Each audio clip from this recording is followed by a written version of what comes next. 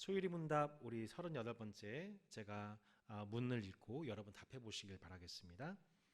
신자들은 부활해서 그리스도로부터 어떤 유익들을 받습니까? 부활 때의 신자들은 영광 속에서 살림을 받아 심판의 날에 공개적으로 인정되고 죄가 없다고 선언되고 완전히 복을 받아 하나님을 충만하게 영원히 즐거워합니다.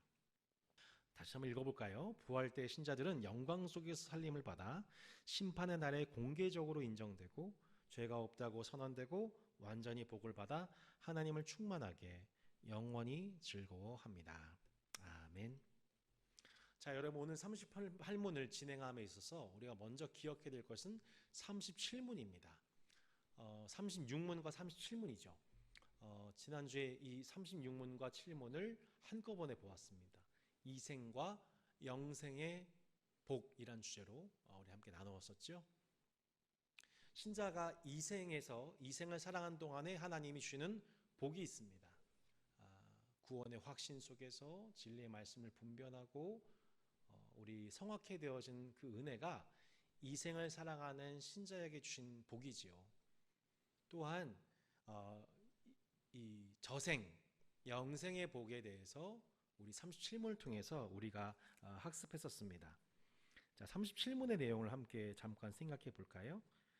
혹시 우리 교환 있으시면 소책자 있으시면 보시기 바랍니다. 신자들이 죽을 때 그리스도로부터 받는 혜택들이 무엇입니까?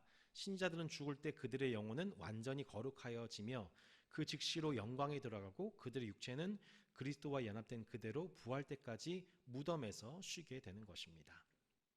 자, 우리가 37문까지 보면 죽은 신자가 복이 있어서 그 즉시로 그 영혼은 주님의 영광 가운데로 들어가게 된다. 네, 그 즉시로 영광에 들어가게 된다고 저희가 학습을 했었지요. 그리고 육체는 그리스도와 연합된 그대로 부활 때까지 무덤에서 쉬게 된다는 것을 말씀합니다. 그래서 우리에게 오늘 공부할 내용은 자연스럽게 부활 때에 우리 육체가 어떻게 되느냐에 관한 문답, 곧 38문을 통하여서 지난주의 나머지 내용을 저희가 보충 학습하게 되는 것이죠. 자, 육신은 지금 죽은 신자의 육신은 무덤 속에서 쉬고 있는 상황이지요. 그러면 주님의 날에 어떠한 복을 그 신자가 누리게 되는가? 신자 육체가 누리게 되는가? 그 육신도 영광 속으로 들어가게 된다는 것입니다. 이것이 바로 무엇을 통해서 이루어지게 될까요? 바로 이 부활의 복을 통해서 이루어지게 된다는 것입니다. 그 육체가 무덤 속에 쉬었던 그 육체는 그대로 땅에 썩어서 묻히고 더 이상 보지 못하는 것이 아니라 그 육체가 그대로 살림을 받아 영광 속으로 미리 들어간 우리의 영혼이 우리의 육체와 더불어서 함께 연합되어 완전한 살림을 받게 된다는 것이 바로 이 부활의 복음인 것입니다.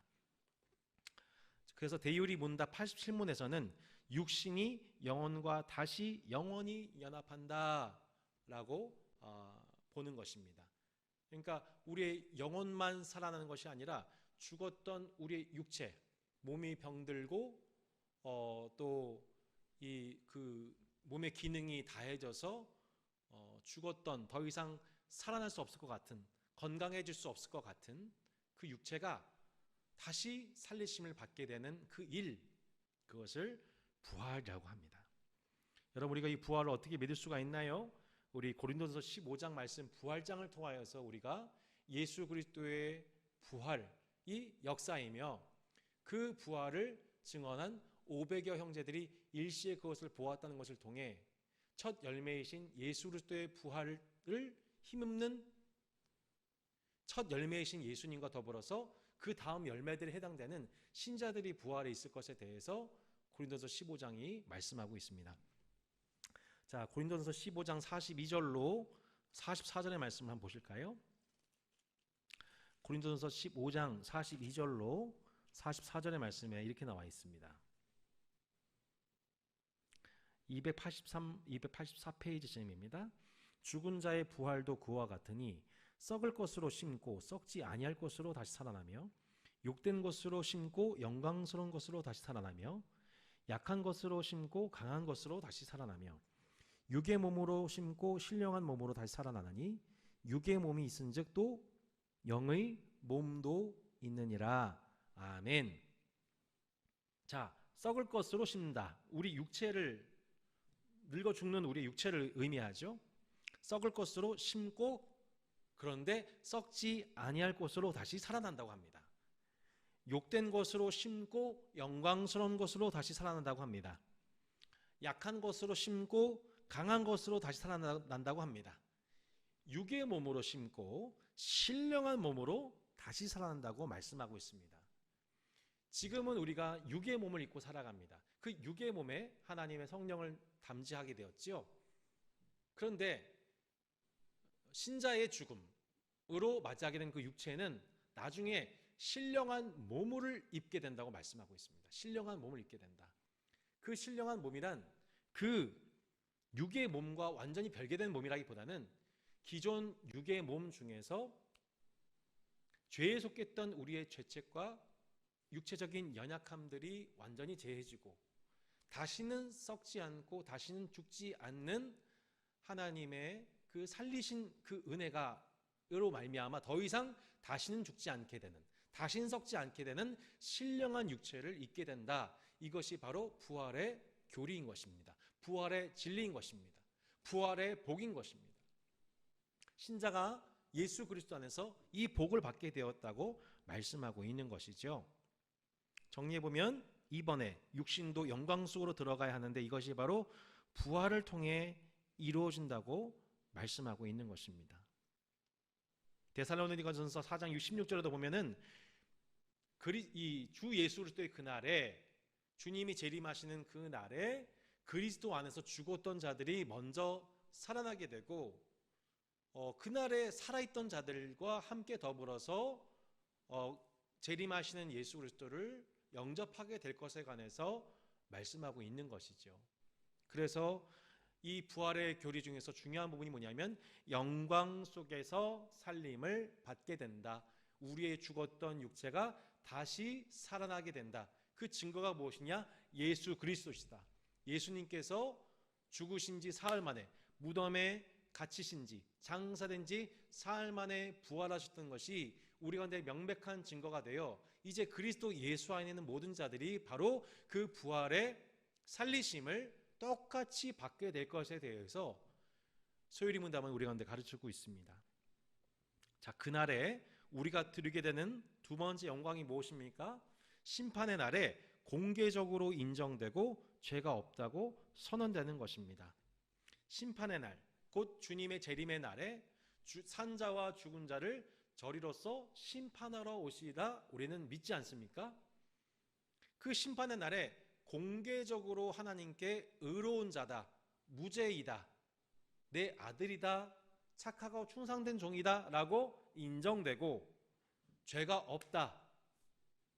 우리에겐 죄가 없지 않죠. 하지만 우리의 죄를 위해서 무지한 자로서 십자가에서 대신 그 죄값을 담당하신 그 예수 그리스도의 의를 믿는 믿음으로 말미암아 의롭다 칭함을 얻게 되어 죄가 없다 선언받는 그 날이 최종적으로 오게 된다는 것입니다.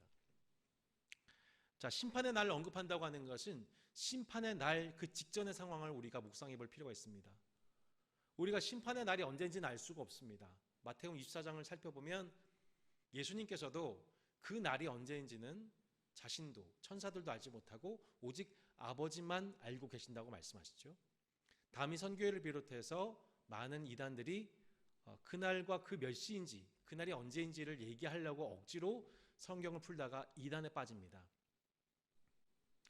우리가 주목해야 될 것은 그날이 언제인지가 아니라 그날을 앞두고 심판의 날을 앞두고 일어나는 다양한 현상들을 보고 분별하고 그 날을 기다려 깨어 기도하는 것, 이것이 말세를 살아가는 성도들의 자세, 심판의 날을 준비하는 성도들의 마땅한 자세일 것입니다. 심판의 날 직전 상황에 대해서 마태복음 24장 3절로 14절에 보면 제자들이 주님의 임하심이 언제입니까? 세상의 끝의 징조가 무엇입니까? 라고 물어봤었을 때 예수님이 이에 대해서 말씀하신 장면들을 보게 됩니다. 많은 이들이 자칭 그리스도라 하여서 사람들을 미혹하게 할 것이다 라고 말씀합니다. 예. 또한 그날에 민족과 민족이 서로 대적하는 일들과 또 기근과 또 갖가지 자연적 재앙들, 지진들, 이 모든 것들은 이 재난의 시작이라고 주님 말씀하셨죠. 또한 그날에 그리스도인들은 모든 민족에게 미움을 받을 것이며 또한 서로가 서로를 잡고 미워하게 될 것이고 불법이 성하고 사랑이 식어질 것이다 라고 주님이 말씀하셨습니다. 여러분, 놀랍게도 이러한 일들이 실제로 여러분 지금 지구촌 곳곳에서 비일비재하게 일어나고 있습니다. 전쟁이 있고요. 한 곳에서는 대규모의 기근과 대규모의 홍수가 일어나고 있습니다. 네. 예상치 못했던 자연재해로 말미암아 수많은 생명들이 그 목숨을 잃어버리고 있는 일들이 이미 1100명의 사상자를 낸 이 파키스탄을 비롯하여서 이 인간과 또한 동물, 식물, 온갖 생물 다양성이 훼손되고 사라지고 있는 일들이 최근 100년 지구사 속에 지금도 그 죽음의 질서가 왕성하게 판치고 있는 것을 저희가 보게 됩니다. 이 코로나 바이러스를 통하여서 수백만의 사람들이 이미 죽었고 또한 앞으로도 예상치 못하는 바이러스 전염병의 출몰 속에 인간의 생명이 위협받고 있는 시대를 저희가 살아가고 있습니다.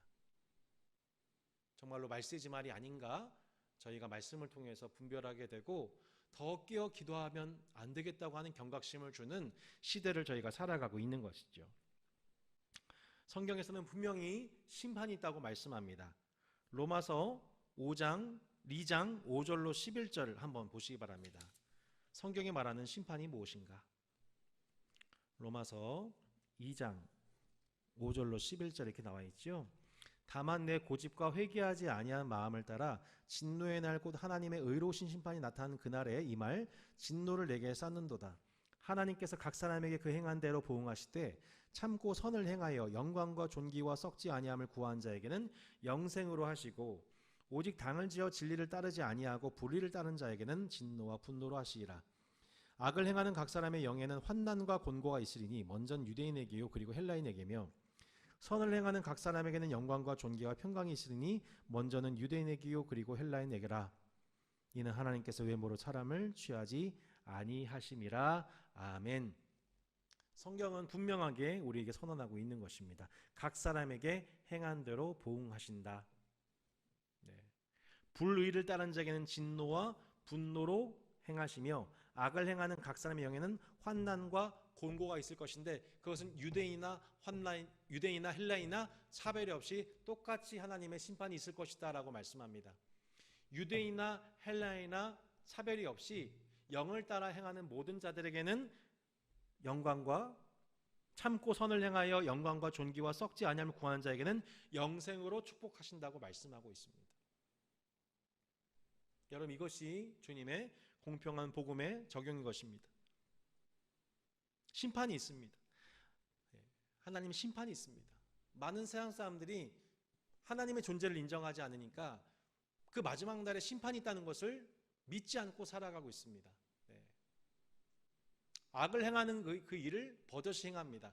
선과 악의 기준을 절대적인 하나님의 말씀이 아닌 인간이 도덕이나 자신의 주관적인 생각에 따라서 그것을 판단합니다. 아닙니다. 선과 악을 분별하는 모든 지식과 지혜의 원천은 오직 하나님께 있습니다. 그것이 선한지 악한지 모든 기준은 하나님이 정하시는 거예요. 하나님의 보시기에 좋을 수 있고 하나님 보시기에 악할 수가 있는 것이죠. 악을 행하는 자들은 그 기준이 절대적인 기준이 하나님께 있지 않고 주관에 있기 때문에 내가 보기에 사람이 보기에 좋은 것, 사람이 보기에 의롭다 생각하는 것을 행하고 그것에서 주관적인 판단을 내리지만 그것은 성경적인 기준이 될 수 없다는 것을 말씀하고 있습니다. 중요한 것은 하나님의 관점인 것입니다. 하나님의 보시기에 의로운지 악한지 그것을 우리가 분별해야 한다는 것이죠. 참고 선을 행하여 영광과 존귀와 썩지 아니함을 구한 자에게는 영생으로 축복하시는 하나님을 신뢰할 수 있기를 바랍니다.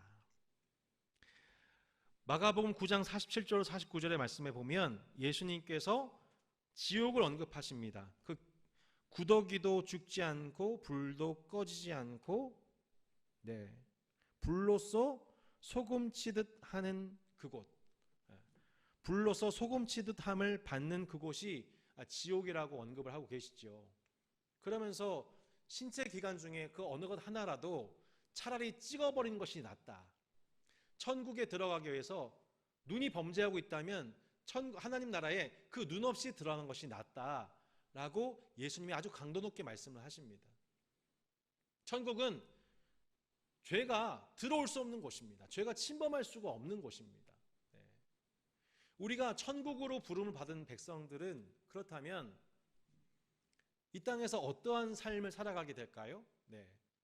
그 천국의 질서에 합당하지 못한 신체의 그 모든 활동들에 대해서 그 죄를 제하는 훈련, 마음으로 살인하고 간음하고 도적질하는 그 탐심, 생각, 양심에 져야 되는 그 모든 것들, 그리고 실제 행동으로 나타내는 그 모든 활동들에 대해서 주님의 강력한 지지를 받게 됩니다. 내가 하나님의 자녀이기 때문에 그렇습니다. 하나님의 자녀이기 때문에 하나님 아버지로부터의 징계를 당하게 되죠. 자녀를 사랑하는 부모가 자녀가 크게 혼나서만 혼내는 것이 아닙니다.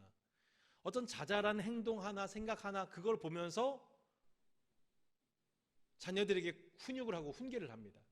자녀를 사랑하기 때문에. 마찬가지죠. 하나님 아버지께서도 천국 백성으로 삼으실 하나님의 자녀들에게 자녀들을 보시되 높은 곳에서 메타인지로서 자녀들을 바라보시되 그 자녀들의 생각과 마음 또 행동 하나하나를 보시면서 하나님은 지켜보고 계시고 그것을 분별하고 계시고 심판의 날에 함께 심판당하지 않도록 그 죄에서 돌이키게 하시는 것이야말로 하나님의 자녀를 향한 하나님의 최고의 최선의 사랑인 것입니다. 그 심판 날에 심판당하지 않게 하시는 것이야말로 하나님의 사랑이지 않겠습니까? 하지만 세상은 하나님을 모르고 심판을 모릅니다. 악인의 길로 걸어가죠. 형통해 보입니다. 당장 하나님의 개입이, 하나님의 회초리가 느껴지지 않고 그냥 그대로 잘 살아요. 잘 먹고 잘 살고 무병장수하면서 또 그 재산들과 권력들이 자자손손 흘러가는 모습 보면서 의인들은 마음속에 불편함을 갖게 됩니다. 우리가 만약에 이 주님의 날에 심판이 있다는 것을, 심판의 교훈을 우리가 받지 아니하면 우리는 이 땅에서 의인으로 살아가면서 계속 시험 들 수밖에 없는 거예요. 나는 조금만 잘못해도 하나님이 혼내시고, 악인들은 크게 잘못을 하고 오히려 돈을 더 많이 벌고 권력과 명예와 여러 가지 것들을 누려도 아무런 하나님의 제지가 없으면 대뜸 우리는 어떤 생각이 드나요? 나 하나님 믿는 게 너무 힘들어. 의미가 없어 보여. 나도 저렇게 살고 싶어. 내가 하나님의 자녀 된 것도 뭐 좋은 일이지만 이 땅의 악인들과 함께 더불어 사는 것도 살고 싶어 라는 마음의 유혹이 들지 않겠습니까? 근데 그때 의인들의 마음을 지켜주는 복음이 무엇입니까? 심판의 복음입니다. 심판의 복음. 여러분 우리 뒤편에 보시면 대유리 문답이 나옵니다. 소유리 문답, 우리 주일학교 자녀 대상으로 적을소, 어린아이들에게 가르칠 요약된 교리와 더불어서 어른들이 들어야 될 대요리 문답이 있습니다. 내용은 거의 비슷하죠. 대요리 문답 89문에 보면 심판날에 악인에게는 무슨 일이 있을 것인가 말씀합니다. 심판의 날에 악인은 그리스도의 왼편에 있게 될 것이다. 명백한 증거와 그들의 자기 양심의 충분한 확증은 가득 찬 두려움을 가지게 만들 것이다. 그러나 명백한 유죄 판결의 선고를 그들은 끝까지 반대할 것이다. 그들은 내던져질 것인데 하나님의 은총스러운 면전으로부터 그리고 그리스도, 그의 성도들, 그의 모든 거룩한 천사들과 함께하는 영광스러운 사귐으로부터 내던져질 것이다. 어디로? 지옥으로. 몸과 영혼이 마귀와 그의 천사들과 영원히 함께 말로 다할 수 없는 고통과 함께 형벌을 받게 될 것이다. 여러분, 이 교리를 알지 못하면, 이 지식을 묵상하지 못하면 우리는 이 땅 살아날 동안에 계속 심판이 더디 진행되는 악인들의 형통함을 보고서 마음의 시험을 겪게 됩니다. 시편 73편 아사베 시편 기자가 실제로 그런 노래를 불렀던 거죠. 네. 악인의 형통함을 보고서 내 마음이 미끄러졌다, 내 마음이 크게 시험되었다라고 말씀합니다. 하지만 성소에 들어갈 때야, 곧 악인들의 마지막을 알게 되고 나서야 내가 비로소 깨닫게 되었다, 이런 얘기를 합니다. 바꿔 얘기하면 이런 거죠. 오늘 대유리문답 89, 심판의 날에 악인들이 당하게 되는 심판의 내용을 알고 나서야 나는 자유케 되었다, 나는 부활의 복을 즐거워하게 되었다, 이렇게 얘기할 수 있는 것이죠. 지금 당장 악인들이 형통해 보이고 당장 심판이 없다 할지라도 궁극적으로 마지막 날에 당하게 될 심판에 대한 교리를 우리가 분명하게 인식하게 되면 그것을 더 이상 부러워하지 않습니다. 악인의 형통함을 보고서 하나님이 개입하지 않는다고 생각하지 않습니다. 하나님이 그들을 내버려 두셨다고 해석하게 되죠. 하나님이 계속 그들에게 회개할 기회를 주어도 돌이키지 않는 것이야말로 그들에게 명백한 유죄 판결의 증거가 쌓이는 과정으로서 우리는 이해를 하게 되는 것이죠. 이런 일들이 얼마나 많습니까, 여러분?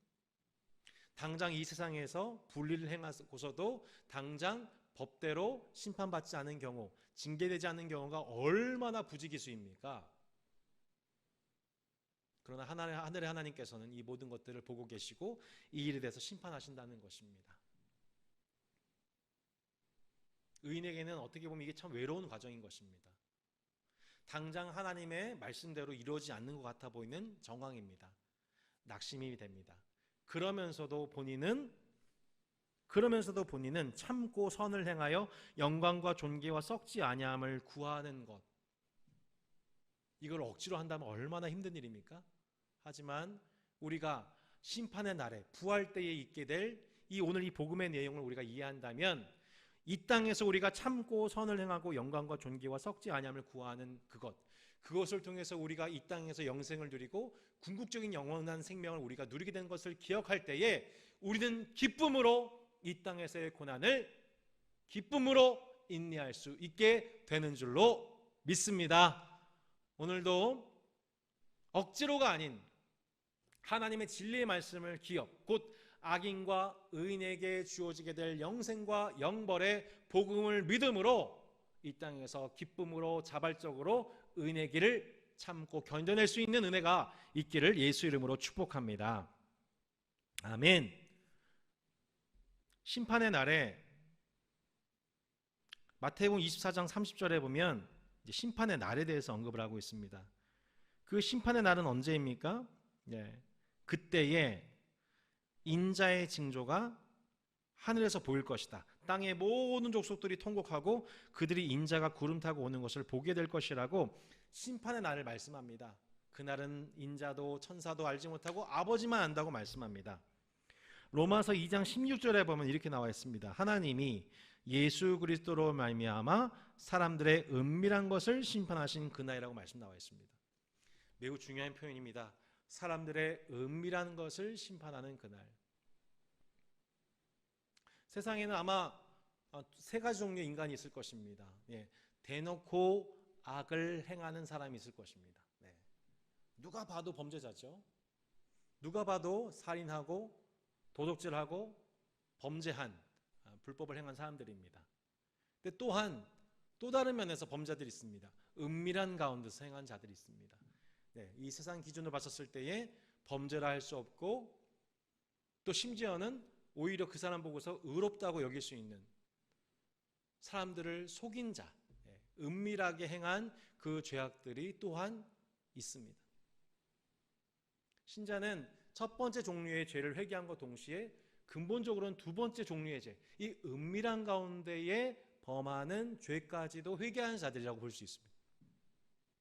왜냐하면 우리는 사람 앞에서 우리의 신앙과 양심을 지키는 것이 아니라 온 세상의 주인이신 하나님 앞에서 우리의 신앙과 우리의 양심을 하나님께 드린 자들이기 때문이죠.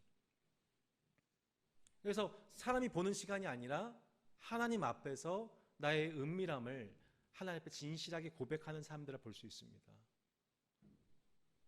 오히려 은밀한 그 순간, 나 홀로 있는 그 시간, 나 홀로 사색하고, 나 홀로 구제하고, 나 홀로 기도하고 금식하는 그 시간, 그 은밀함, 사람이 알지 못하는 그 시간 속에서 하나님 앞에 살아가는 그 모든 정황들에 대해서 하나님은 판결하신다. 하나님은 칭찬하시고 또한 하나님 또한 책망하실 것이다 라는 것에 대한 분명한 믿음인 것입니다. 그 심판의 날이 저와 여러분 앞에 다가오고 있습니다.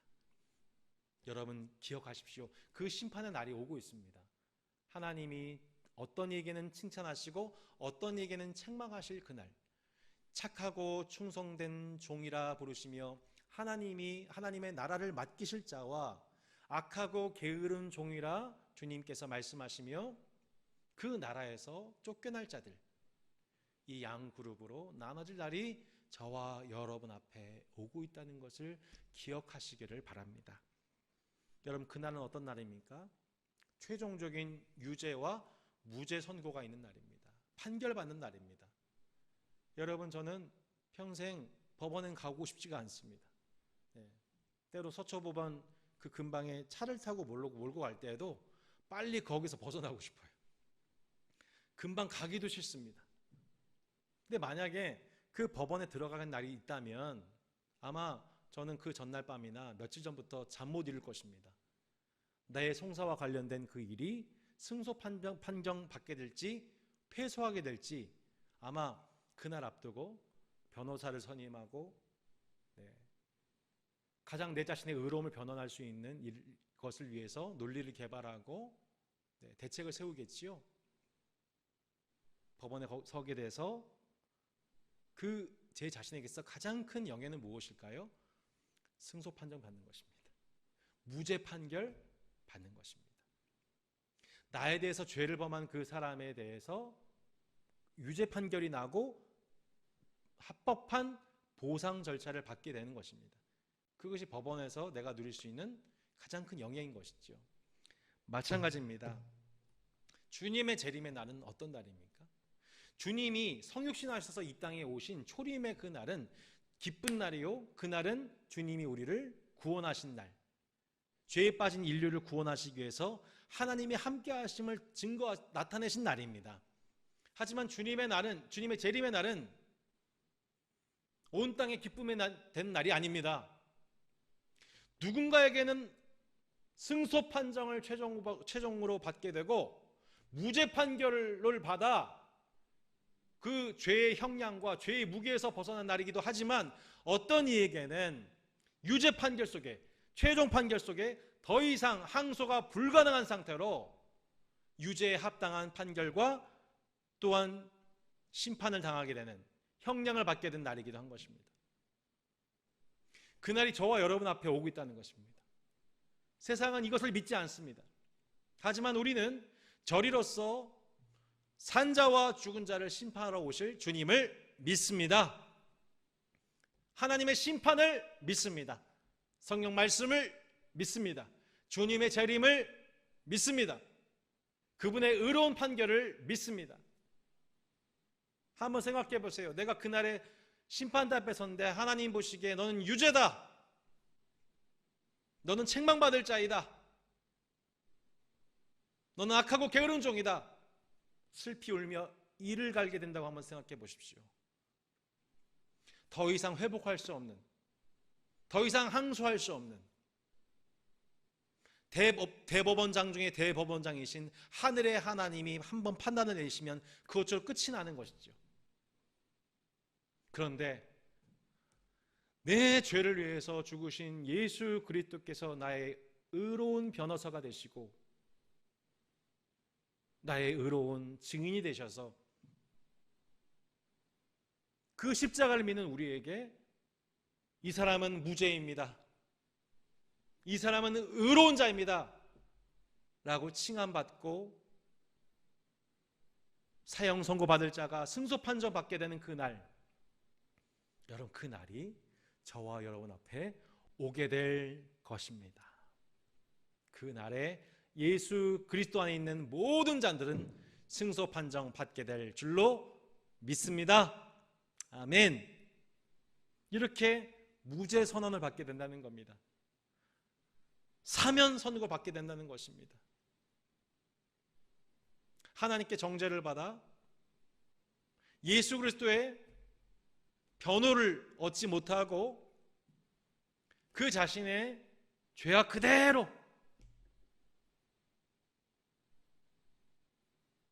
그 죄 몫이 다 지적당하고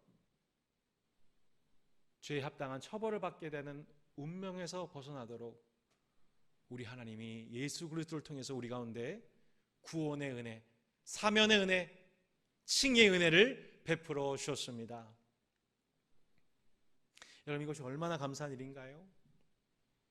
이보다 더 큰 복이 있을 수 있을까요? 죄를 범한 죄인에게서 최고의 복은 그 심판의 날에 무죄 선언 받는 복입니다. 예수님이 나의 변호사가 되시는 복입니다. 예수님이 나의 의가 되시는 복입니다. 할렐루야. 그렇게 주님께 무죄 선고를 받고 사면 선고를 받은 의인인 우리가 최종적으로 누리게 되는 신자의 복이 무엇입니까? 그것은 3번입니다. 완전히 복을 받아 하나님을 충만하게 영원히 즐거워하는 것입니다. 우리가 아까 고린도전서 13장 말씀 우리가 최초에 보았었죠. 지금은 말하는 것도 생각하는 것도 깨닫는 것도 어린아이 같지만 장성한 자가 되면은 그 모든 어린아이를 다 잊어버리게 됩니다. 지금은 거울로 보는 것 같이 희미하나 그때는 주님이 나를 온전히 아시는 것처럼 내가 주님을 온전히 알게 될 거라고 말씀합니다. 여러분, 주님이 나를 아시듯이 내가 주님을 온전하게 아는 그날이 오게 된다는 겁니다. 지금은 우리가 주님의 임재와 주님의 임재를 누릴 수 있는 이 자리에 여기 서 있지. 언제든지 주님을 알아갈 수 있습니다. 하지만 여전히 희미합니다. 여전히 희미해요. 하지만 그날에는 우리가 하나님을 알되 충만하게 알게 됩니다. 영원토록 누리게 됩니다. 지금 우리가 누리고 있는 것도 벅차지만 부분적으로 알고 부분적으로 말하고 부분적으로 깨닫는 것도 은혜이지만 언젠가 우리가 천국에서 영원한 생명을 누리는 우리는 주님을 얼굴과 얼굴로 맞대어 볼 것이고 주님을 온전하게 알고 그 주님을 아는 기쁨 속에 즐거워하는 충만한 기쁨을 누리게 되는 날이 오게 될 것입니다. 아멘. 데살로니가 전서 4장 17절 18절에 보면 이런 말씀 나옵니다. 우리가 항상 주와 함께 있으리라. 그 주님의 재림의 날에 우리가 항상 주님과 함께 거하게 되는 영원한 천국을 우리가 누리게 된다는 것을 말씀하고 있습니다. 요한일서 3장 2절은 말씀합니다. 그가 나타나시면 우리가 그와 같을 줄을 아는 것을 우리가 그와 같은 줄을 아는 것은 이렇게 나와 있습니다. 여러분, 신자가 누리게 되는 궁극적인 복이 무엇입니까? 성경이 말씀하는 신자가 최종적으로 누리게 되는 최고의 영광스러운 복이 무엇입니까? 우리가 그와 같아지는 것입니다. 누구요? 성부 하나님, 성자 예수님, 성령 하나님, 삼일체의 하나님과 같아지는 것입니다. 우리 안에 하나님의 형상이 충만하게 완전하게 이루어지게 되는 것입니다. 이것이 태초전에 하나님께서 예정하신 일입니다. 세상을 창조하시고 인간을 하나님의 형상을 창조하신 최초의 목적이 어떻게 성취가 되어지나요? 인간은 비록 죄를 범하였으나 예수 그리스도의 구속을 받아 성령의 인치심을 받은 성도들은, 신자들은 최종적으로 그와 같아집니다. 하나님의 아들 아버지의 형상을 완전하게 성취하게 됩니다. 할렐루야. 이것이 세상을 창조하신 목적이요, 인간을 창조하신 목적이요, 예수님께서 십자가에서 죽으신 목적이요, 성령이 오신 목적이요, 주의 몸된 교회가 받은 복인 것입니다. 언젠가 우리가 알게 될 것입니다. 하나님이 세상을 창조하신 이유, 우리를, 인간을 창조하셨던 그 모든 이유가 바로 이 결과를 위함이었다는 것. 나를 그와 같은, 하나님과 같은, 하나님의 아들과 같은 또 다른 자녀로 나를 삼으시고 축복하시고 존귀케 하시기 위하여 이 모든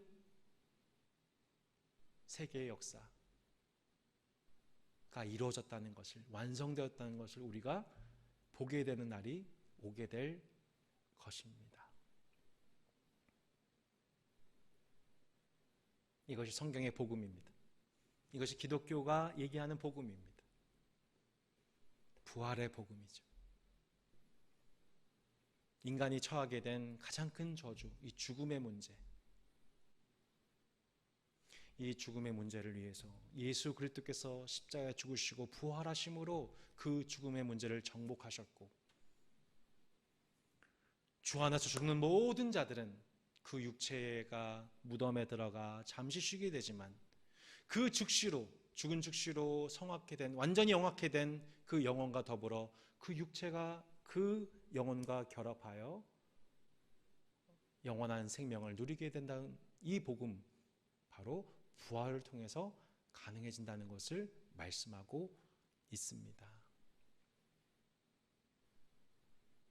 성도 여러분, 이 말씀은 우리가 이 땅에서 결국 우리 몸이 썩어 죽게 될 것이니 이 몸을 아무렇게나 사용해야 된다는 뜻이 아닙니다. 오히려 내 몸은 결국에는 하나님이 살리실 몸이 되니 오히려 이 땅에 살 동안 우리 몸을 하나님이 기뻐하시는 거룩한 산제사로 드린다는 것을 의미합니다. 이웃을 사랑하기 위해, 하나님을 사랑하기 위해 드렸던 우리의 모든 손과 발과 전 육신의 수고와 순종과 봉사는 우리 몸에 그대로 간직이 되어 하나님께 연락될 것입니다. 언젠가 여러분, 우리가 죽음 후에 이 부활을 경험하게 됩니다. 영원한 생명을 누리게 됩니다. 주님의 영원한 보상과 의의 나라와 천국의 기쁨을 영원토록 누리게 될 것입니다. 다시는 썩지 않고 다시 죽지 않고 사망하는 것이나 곡하는 것이나 이별하는 것이 없는 그 천국에서 우리가 모두 온 예전의 성도들과 함께 더불어 함께 주님을 찬양하고 그 나라를 누리게 된 날이 올 것입니다. 기도하겠습니다.